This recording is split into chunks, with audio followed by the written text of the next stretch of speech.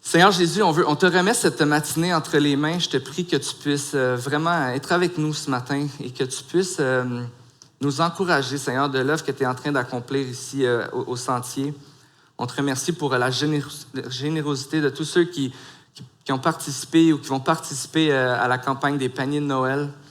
Et on te remercie aussi, Seigneur, pour tous ceux qui sont ici ce matin, peut-être depuis peu longtemps, depuis quelques temps avec nous, mais qui considèrent servir, s'impliquer dans un ministère le dimanche matin. Je te prie, Seigneur, qu'on puisse être excités puis encouragés de voir ce que tu fais et de pouvoir avoir le privilège de participer avec toi, de participer ensemble à l'œuvre que tu es en train d'accomplir. Alors, je te prie, Seigneur, que tu puisses bénir abondamment cette Église et que tu puisses toucher nos cœurs ce matin par ta parole. C'est dans ton nom qu'on te prie. Amen. Donc, ce matin, on débute une nouvelle série, notre série de Noël. Donc, dans les 3 prochaines semaines, on va avoir ensemble des messages où on va parler de la joie de Noël. Plus spécifiquement, avec des passages dans l'Ancien Testament qui parlent de la venue d'un Sauveur qui va venir. Et c'est de cette joie-là qu'on veut parler. Comment ça a été raconté aux gens qui ont eu la promesse qu'un jour, un Sauveur allait venir sur la terre. Et puis, ce matin, on va parler de la joie de l'attente. Qui aime attendre? OK, c'est pas juste moi, hein? Attendre en ligne, attendre les résultats d'un examen, attendre pour savoir ce que je vais avoir comme cadeau de Noël, qui m'a pigé dans mon échange de famille, attendre pour le voyage que j'aimerais faire un jour, attendre qu'une promesse qu'on m'a faite se réalise. Attendre que Dieu réponde à mes prières. Attendre que ma situation s'améliore. Attendre, c'est le fun. Non? Ce matin, j'aimerais nous convaincre. J'ai besoin de me convaincre aussi. J'aimerais nous convaincre qu'il y a beaucoup de joie dans l'attente. En fait, il y a la possibilité d'avoir beaucoup de joie dans l'attente. Ce matin, alors qu'on se prépare ensemble pour Noël, j'aimerais qu'on puisse considérer ensemble qu'il y a une joie profonde que nous pouvons vivre dans l'attente. Puis ça, c'est le gars impatient et curieux, le plus curieux en tout cas que ma femme connaît, qui vous dit ça. Mais ce matin, on va voir ensemble que la joie de l'attente est fondée dans un témoignage solide de ce que Dieu a fait pour nous et dans l'espérance glorieuse de ce qu'il va faire à la fin. Et pour ça, on va aller voir un texte ensemble dans le livre d'Ésaïe. On va lire le chapitre 12 ensemble.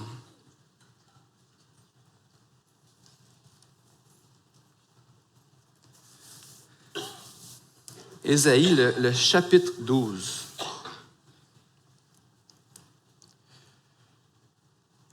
Ce jour-là, tu diras, « Je te célèbre, Éternel, car tu as été irrité contre moi.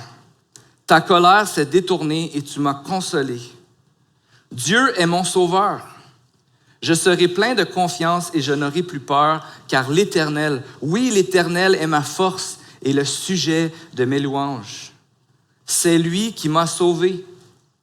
Vous puiserez avec joie de l'eau aux sources du salut, et vous direz ce jour-là, célébrez l'Éternel. Faites appel à lui, faites connaître ses actes parmi les peuples, rappelez combien son nom est grand. Chantez l'Éternel, car il a fait des choses magnifiques, qu'on les fasse connaître sur toute la terre. Pousse des cris de joie, exprime ton allégresse, habitant de Sion. En effet, il est grand au milieu de toi, le Saint d'Israël. Ce jour-là, tu diras, je te célèbre, Éternel, car tu as été irrité contre moi. Ta colère s'est détournée et tu m'as consolé. Dieu est mon sauveur. Ce jour-là, Le texte qu'on vient de lire ce matin, c'est un texte grandiose. Un texte qui nous pointe vers un moment merveilleux dans l'histoire de l'humanité. Le moment où le Sauveur du monde va venir et va vaincre le péché. Il va vaincre la mort et où il va régner pour toujours.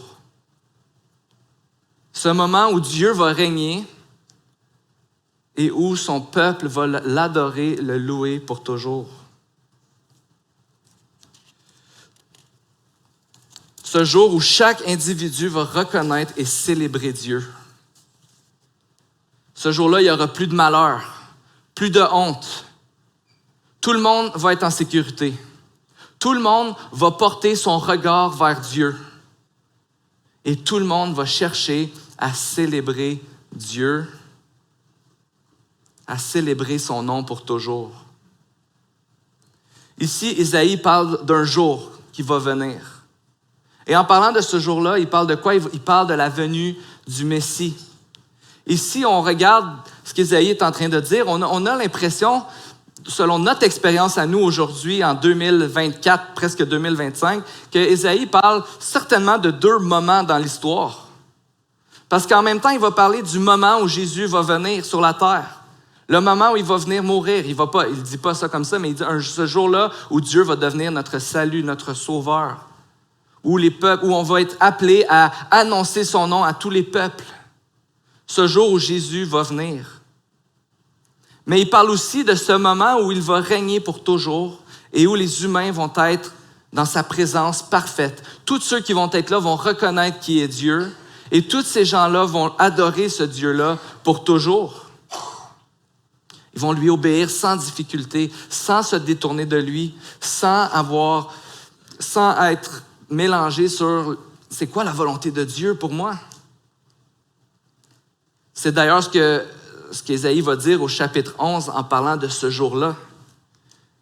Il va dire dans Ésaïe 11, 6 et 7, « Le loup habitera avec l'agneau et la panthère se couchera avec le chevreau. Le veau, le jeune lion et le bétail qu'on engraisse vivront ensemble et un jeune garçon les conduira. La vache et l'ours auront un même pâturage, leurs petits un même enclos et le lion mangera de la paille comme le bœuf. » Ésaïe nous pointe vers un jour où tout va être parfait et où tous seront en sécurité, en train d'adorer Dieu. C'est une description de la réalité éternelle avec Dieu comme sauveur qui règne sur toute la terre. Et ici, dans Ésaïe 12, il parle de faire connaître les œuvres de Dieu sur la terre. Sur toute la terre pour ceux qui ne le connaissent pas encore. Alors on dirait que d'un côté, Ésaïe va parler de ce jour-là où tout le monde va croire en Dieu et tout va être parfait et le règne de Dieu sur la terre va régner pour toujours. Et il parle de ce moment aussi où les êtres humains vont connaître Dieu le Sauveur et ils auront comme mission de partager son nom à toutes les nations. Mais en réalité, ce jour-là pointe vers une seule réalité. Jésus est venu. Jésus a vaincu le péché et la mort. Et tous ceux qui croient en lui sont réconciliés avec Dieu et vont vivre avec lui pour toujours. Tous ceux qui vont reconnaître que Jésus-Christ est le Fils de Dieu, que Jésus-Christ est le Sauveur, vont déclarer combien ses œuvres sont bonnes et combien Dieu est grand. En réalité, les humains à ce moment-là vont vivre comme ils étaient supposés vivre pour toujours. Dès le début et pour toujours, c'est-à-dire adorer Dieu et donner toute la gloire à Dieu. Mais aujourd'hui, on semble plutôt vivre dans l'attente de ce moment, alors qu'on est réconcilié avec Dieu, mais pas totalement libéré de la puissance du péché dans notre quotidien. Alors qu'on vit encore les effets du péché, la tristesse, la honte, la peur, l'inquiétude. Mais en tant qu'enfant de Dieu, quand on a connu ce Sauveur-là, et c'est de cette réalité-là que Ésaïe nous parle ici, ce jour-là où vous allez reconnaître que Dieu est votre Sauveur, ce jour-là, on est appelé à vivre comme on va vivre pour toujours. On est appelé à vivre dès aujourd'hui comme on va vivre pour toujours. Alors si dans l'éternité, on va adorer le nom de Dieu, on va reconnaître la grandeur et la toute-puissance de Dieu, la sainteté de Dieu, on est appelé aujourd'hui à célébrer sa grandeur, à reconnaître qui il est. Oui, à parler de lui, mais aussi à pouvoir reconnaître dans notre cœur qu'il est le roi, qu'il est celui qui règne. On a besoin, dès aujourd'hui, dans cette période d'attente, de déclarer quotidiennement à notre cœur que Dieu est le roi, que Dieu règne et qu'il sait ce qu'il fait pour nous.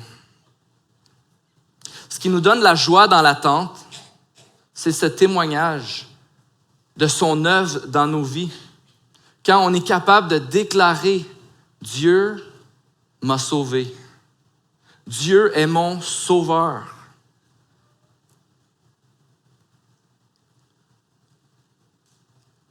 Ésaïe nous rappelle que si on a besoin d'être sauvé, eh bien c'est parce qu'on a hérité Dieu. Et c'est intéressant ici parce que le prophète parle d'un moment où tous vont célébrer Dieu. Et ici, dans Ésaïe, alors qu'il est en train d'écrire ces lignes, ça ne va pas bien pour le peuple. Le peuple est divisé.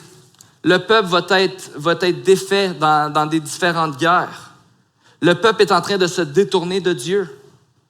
On peut voir dans Ésaïe, si vous lisez le livre d'Ésaïe, ces messages constants de Dieu qui va sauver son peuple, mais de son peuple qui est détourné de Dieu, qui ne cherche pas Dieu, qui n'a pas de victoire à déclarer. Imaginons le peuple en ce moment chanter un chant de victoire comme Ésaïe est en train de leur proposer. Un jour, vous allez célébrer Dieu et vous allez le chanter à toutes les nations. Mais aujourd'hui, le chant que vous chantez impressionnerait personne. Vous vous détournez de Dieu, vous êtes un peuple qui est en train de vivre de l'oppression des autres nations. Ça va pas bien. Il n'y a pas de victoire à chanter. Il n'y a rien à célébrer. Dans ce moment d'attente, la situation du peuple n'est pas vraiment bonne. C'est difficile de trouver raison de se réjouir, d'avoir de la joie. Et le pire, et ce qui cause toute cette difficulté-là, c'est que le peuple est séparé de Dieu. Dieu est irrité parce que le peuple s'est détourné de lui. Et c'est notre situation à nous aussi. Romains 5,10 nous dit « En effet, si lorsque nous étions ennemis, nous avons été réconciliés avec Dieu grâce à la mort de son Fils, à bien plus forte raison, étant réconciliés, serons-nous sauvés par sa vie. » Avant d'être réconciliés avec Dieu, nous étions les ennemis de Dieu. Et Dieu s'est fait notre sauveur. Dieu a pourvu un moyen de nous réconcilier avec lui pour que la colère devienne sa douceur, sa consolation. Et c'est ce qu'Ésaïe veut célébrer ici. Ta colère s'est détournée et tu m'as consolé. Dieu est notre salut. Et ce qu'on a besoin au plus profond de nous pour nous réjouir dans les moments d'attente, dans l'attente de nos vies, c'est de nous rappeler ce que Dieu a fait pour nous. Nous rappeler le témoignage de l'œuvre de Dieu dans nos vies. Se rappeler son salut qui est si riche. Et c'est ce qu'on voit ici dans ce passage. La colère de Dieu envers les pécheurs. Dieu était en colère. Quand on voit qu'on était les ennemis de Dieu, Dieu était en colère. Pourquoi? Parce qu'on s'était détourné de lui. Dieu était en colère. Pourquoi? Parce qu'il nous voyait faire le contraire de ce qu'il nous demandait. La colère de Dieu envers les pécheurs, envers l'humanité qui se détourne de lui, résulte du fait que Dieu déteste le mal. Dieu déteste le mal et il déteste le mal qu'on nous fait et qu'on fait. Il déteste nous voir nous détruire, nous détourner de lui et de voir l'humanité qui est perdue sans lui, essayer de faire son bout de chemin sans chercher Dieu. Mais la colère de Dieu vient aussi du fait que Dieu ne tolère pas le mal. Dieu a créé un monde parfait à son image pour qu'on puisse un jour jouir de sa présence, jouir de tout ce qu'il a fait, de tout ce qui était bon. Dieu a créé un monde qui était bon. Il n'a pas créé un monde où on devait souffrir, où on devait trouver ça difficile d'attendre, où il y avait toutes sortes de difficultés dans nos vies. Dieu a créé un monde bon et son désir, c'est qu'on puisse en jouir et être en relation avec lui pour l'éternité et prendre plaisir en Dieu pour toujours. Ça, c'est le désir profond de Dieu quand Dieu nous a créés. Mais Dieu est un Dieu parfait, un Dieu qui ne tolère pas le péché. Donc, ce qu'on a besoin pour être réconcilié avec Dieu, c'est d'être sauvé de la colère de Dieu. Et dans son grand amour, Dieu nous a sauvés de la colère de Dieu. Il y a seulement Dieu qui pouvait nous sauver de la colère de Dieu. Pourquoi? Parce que Dieu est un Dieu juste. Et quand Dieu déclare que le salaire du péché, c'est la mort, que si on se détourne de lui, on va mourir, alors c'est ce qui doit arriver. Ça prenait un être humain parfait qui n'avait jamais péché, qui avait toujours obéi à Dieu, qui avait toujours cherché la volonté de Dieu qui allait mourir à notre place. Et c'est exactement ce que Jésus a fait pour nous. C'est exactement ce que Jésus a fait pour nous.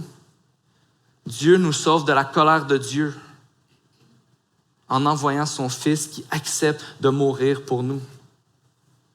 Pour qu'on vive non plus séparés de Dieu, mais qu'on puisse vivre avec lui pour toujours.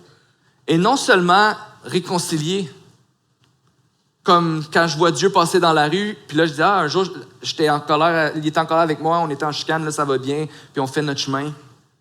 Non, Dieu fait de nous ses enfants. Dieu est notre Père.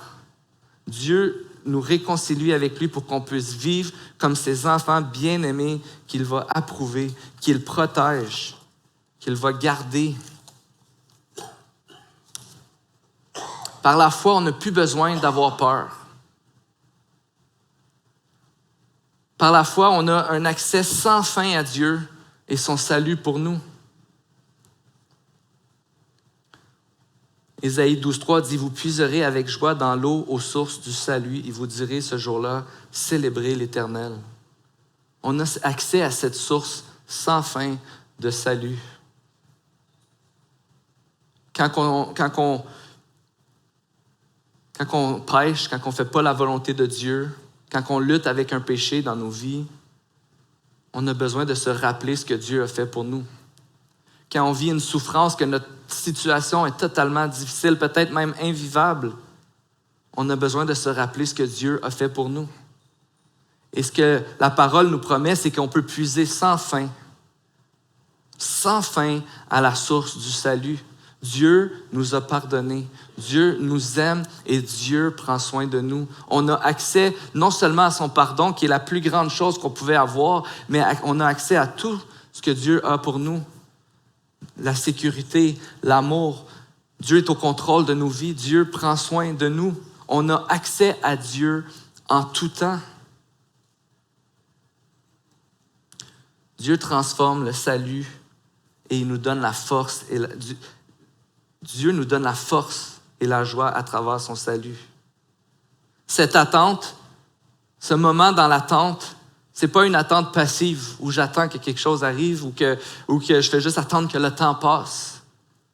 Mais c'est une attente active où on peut persévérer dans les moments difficiles. Mais aussi où Dieu nous donne la force de lui obéir et de célébrer son nom. Dieu nous donne la force. Il y a des situations dans nos vies qu'on peut vivre où les forces nous manquent, où on a l'impression que je ne peux plus y arriver. Mais Dieu nous donne la force de persévérer, de tourner nos regards vers lui et même de voir qu'il y a quelque chose de beau et de grand au-delà de nos circonstances difficiles.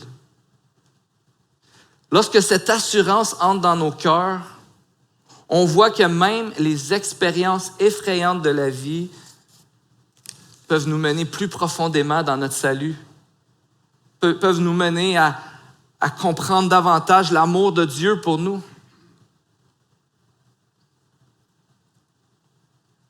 En 1993, il y a 3 missionnaires de New Tribe Mission qui ont été enlevés en Colombie. Pendant 8 ans, leurs familles et amis se sont inquiétés. Ils ont prié pour eux. Puis ils se demandaient jour après jour, mais qu'est-ce qui leur est arrivé? Finalement, on a appris que les 3 missionnaires étaient morts.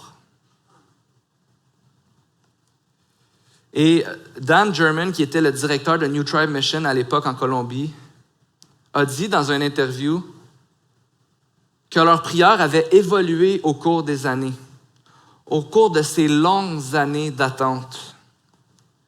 Au début, ils priaient pour que Dieu ramène les hommes sains et saufs. Et ils ont fini par prier « Dieu, même si nous ne saurons jamais ce qu'il est advenu d'eux, tu seras toujours Dieu. »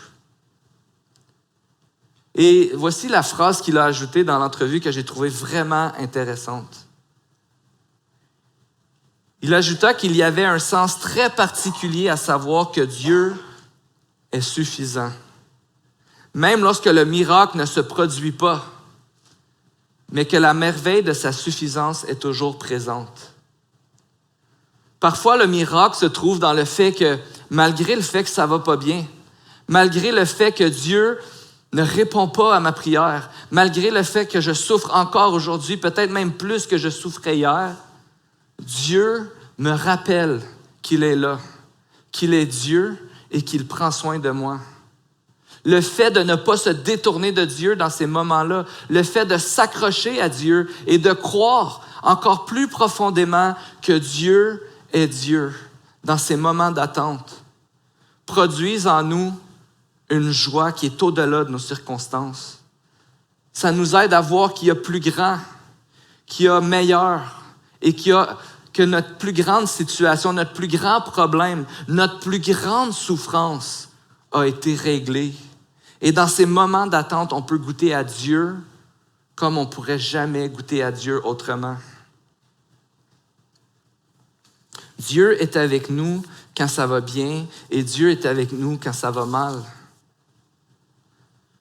Donc, la joie de l'attente vient de ce témoignage de Dieu qui se rappelle de ce que Dieu a fait dans nos vies. Dieu est mon sauveur. Dieu est mon sauveur.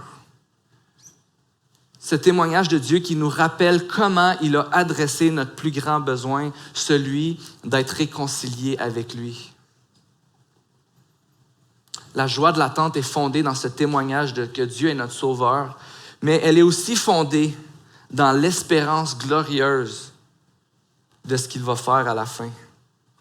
Ce que Dieu fait en nous quand on est capable de voir que Dieu est Dieu, que Dieu est là dans nos circonstances, eh bien, on peut regarder au-dessus de cette montagne de souffrance, de cette vie peut-être difficile où il y a des difficultés, où il y a de l'incertitude, et on peut se réjouir aujourd'hui. On peut se réjouir aujourd'hui parce qu'on sait que demain va être meilleur. Parce qu'on sait que demain va être meilleur. On ne sait pas quand demain va venir, mais on sait qu'un jour, le meilleur va venir. Et c'est cette espérance qui est en nous qui nous permet d'être un peuple joyeux, un peuple rempli d'espoir, un peuple qui croit que Dieu peut encore changer des gens aujourd'hui, que Dieu peut me changer aujourd'hui, que Dieu peut changer les gens autour de nous, que Dieu peut nous guérir, que Dieu peut prendre soin de nous, et quand Dieu ne nous guérit pas, que Dieu nous fait du bien quand même. Cette espérance fait de nous un peuple joyeux. Le meilleur est à venir. Notre histoire n'est pas finie. C'est peut-être ce qu'il y a de plus difficile pour l'être humain de vivre avec une espoir incertaine, de vivre en ne sachant pas ce qui va venir. C'est vrai qu'on ne sait pas ce qui va se passer demain. C'est vrai qu'on ne connaît pas ce qu'on va vivre dans le futur. Mais on sait qu'un jour, cette histoire, Dieu l'a gagnée. Et c'est ces moments, c'est cette réalité-là qu'Ésaïe nous parle ici. Jésus est venu dans le passé, mais il a vaincu la mort pour qu'un jour on puisse vivre parfaitement sans la présence du péché dans nos vies, sans la douleur, sans la souffrance, sans l'insécurité. On va vivre parfaitement avec lui dans un monde parfait où tous vont être dans la joie pour toujours et vont le célébrer. Je vais inviter les musiciens à se joindre à moi.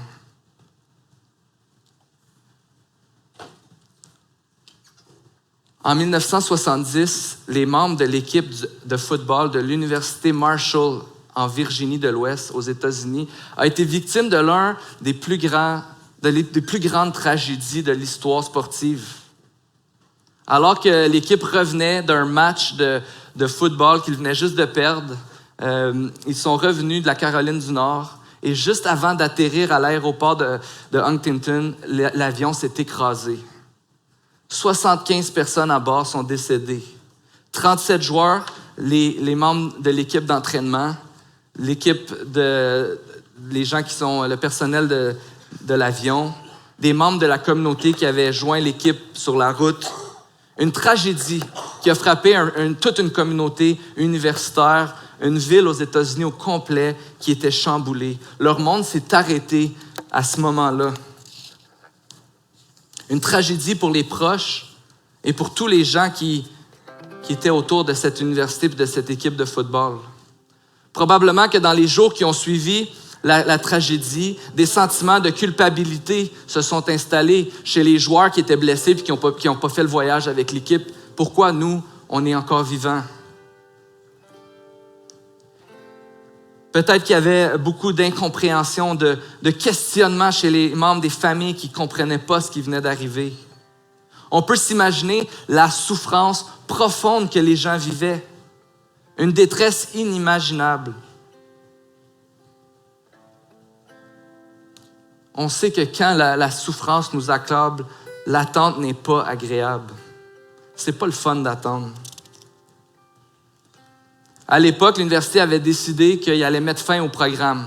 C'était impossible de mettre une équipe sur pied pour l'année suivante. Il y avait des règles à l'époque où les joueurs de première année ne pouvaient pas jouer, donc c'était impossible. Mais il y a des gens, surtout les anciens joueurs, les étudiants, les gens de la communauté de Marshall ont décidé, nous, on aimerait ça que le programme revive. Puis il y a des gens qui disaient, on peut pas jouer, puis perdre, puis déshonorer l'équipe, puis vraiment comme d'aller s'asseoir dans les estrades, puis de juste voir ce spectacle désolant qui va nous rappeler la tragédie, la perte des êtres chers. Puis finalement, il y en a qui disaient non, on a besoin de jouer pour honorer l'équipe.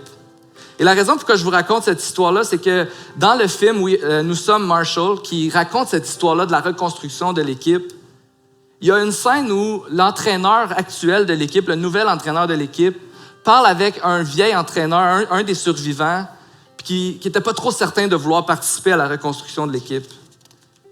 Et puis dans cette scène, l'entraîneur va dire quelque chose de vraiment intéressant. Il va voir l'entraîneur puis il va dire, c'est vrai qu'habituellement, gagner dans le sport universitaire comme ça, gagner, c'est tout ce qui compte. On travaille pour faire gagner l'équipe. Toute notre vie, c'est pour que l'équipe gagne. Toutes les équipes sportives veulent gagner. Gagner, c'est tout et il n'y a rien d'autre qui compte. Mais parfois, gagner, c'est pas important. Parfois, ce qui compte, c'est de jouer, d'être présent le samedi lors des matchs et de faire vivre le programme. On va jouer, on va pas être bon. Mais un jour, pas aujourd'hui, pas demain, probablement pas cette saison, mais un jour, toi et moi, on va se réveiller et parler encore avec l'autre coach et on va réaliser que comme dans tous les sports, dans toutes les équipes, gagner va être à nouveau ce qu'il y a de plus important pour l'Université Marshall. Parce qu'aujourd'hui, on a décidé de jouer la game, de jouer le match. C'est ce jour-là qu'on va les honorer. Un jour pour l'Université Marshall, c'était dans les années 90, alors qu'ils ont gagné 2 championnats nationaux de Division 2. Un jour, pour nous, c'est ce jour-là. Parce que ce qui compte, c'est de jouer, de se présenter pour le match. Jouer avec une vision qu'on fait partie de quelque chose de plus grand que nous. Jouer avec la confiance de la victoire, parce qu'on sait que le meilleur est à venir. Jouer pour quelqu'un qui nous a procuré la victoire et qui, un jour, va nous faire jouir de cette victoire-là pour toujours. Le match, c'est la vie. La victoire, c'est la vie avec Dieu pour toujours. La joie dans l'attente vient de cette assurance, de cet espoir. Dieu est mon sauveur. Dieu est mon espoir. Je fais partie de son équipe et le meilleur s'en vient. Pour cette période de Noël, je nous souhaite, Église Le Sentier, de goûter à la joie de l'attente. Cette joie qui dépasse nos circonstances, qui nous rappelle ce que Dieu a fait pour nous et ce que Dieu va faire. Et ce matin, c'est ce qu'on veut faire ensemble, se souvenir. Alors qu'on est dans l'attente, on veut se souvenir ce que Dieu a fait pour nous. On veut partager ensemble le repas du Seigneur. Et Jésus nous dit à chaque fois qu'on prend ce pain, qu'on prend cette coupe, de le faire en mémoire de lui, de se souvenir le témoignage de ce qu'il a fait pour nous, pour se rappeler qui on est en lui, pour que Dieu puisse nous donner cette joie dans l'attente. Alors, on va chanter un chant ensemble. Les placeurs vont passer les éléments, le pain et le jus. Et on vous invite de prendre le repas du Seigneur si Jésus est ton sauveur. Si tu as cru que Jésus est mort pour toi, que Jésus t'a réconcilié avec lui. On vous invite à prendre le repas du Seigneur si tu veux avec nous te souvenir ce que Jésus a fait pour toi. Si ce n'est pas encore le cas pour toi ce matin, on t'invite à laisser passer et tu peux peut-être venir parler avec quelqu'un, un pasteur ou quelqu'un de bienvenu pour pouvoir parler de Jésus avec cette personne-là. On va chanter ensemble.